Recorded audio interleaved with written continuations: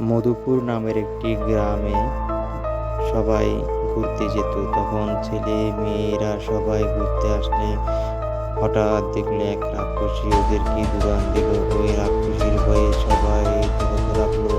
রাক্ষসী ওদের পিছে ছুটতে লাগলো। রাক্ষসী ওদেরকে ডেকে বলে, এই দাঁড়া, তোরা কোথায় যাচ্ছিস?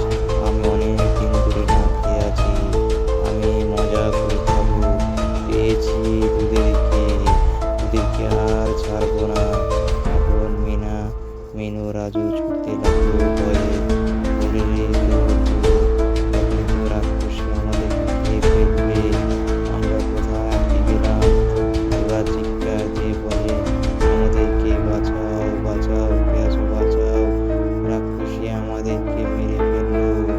রাক্ষসী বলে, কেউ আসবে না আর তোদেরকে বাঁচানোর জন্য।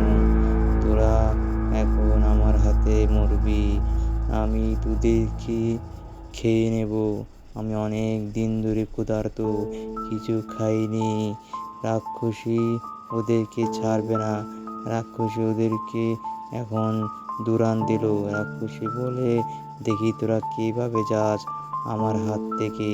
আমি এখন তোদের সামনে গিয়ে তোদেরকে ধরবো।